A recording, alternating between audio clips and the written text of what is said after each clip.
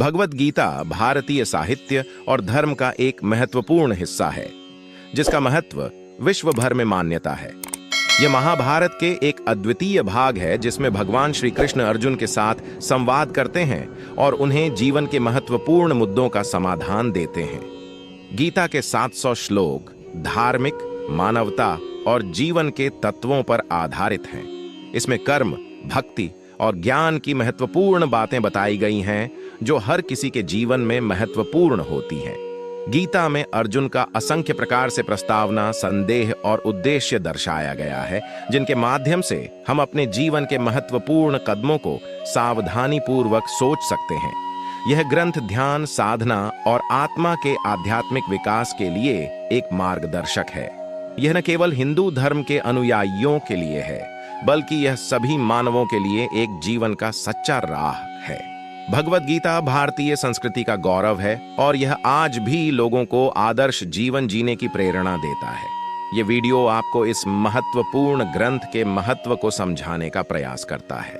तो चलिए जानते हैं भगवत गीता के 11 अनमोल विचार, जो हर व्यक्ति को जानना चाहिए। नंबर 1, 2 प्रकार के व्यक्ति संसार में स्वर्ग के भी ऊपर स्थितिमय होते हैं।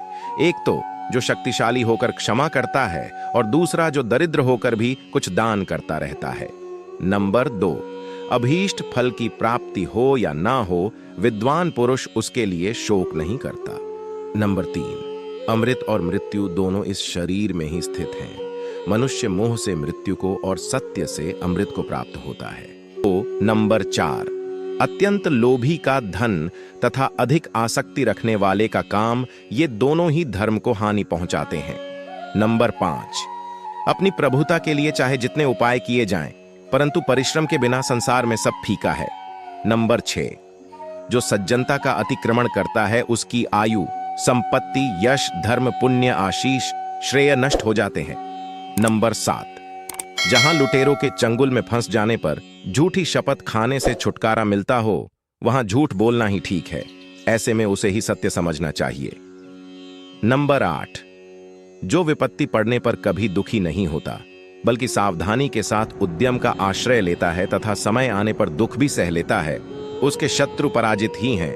नंबर 9, आशा ही दुख की जननी है और निराशा ही परम सुख शांति देने वाली है। नंबर 10, लोभी मनुष्य किसी कार्य के दोष को नहीं समझता, वह लोभ और मोह से प्रवृत्त हो जाता है। नंबर 11, जो मनुष्य नाश होने वाले सब प्राणियों में समभाव से रहने वाले अविनाशी परमेश्वर को देखता है, वही सत्य को देखता है। अगर आपको हमारा ये छोटी सी प्रयास अच्छा लगे तो लाइक, शेयर और सब्सक्राइब कीजिए। आपका समर्थन हमारे लिए महत्वपूर्ण है। हमारी YouTube समुदाय का हिस्सा बनने के लिए धन्यवाद।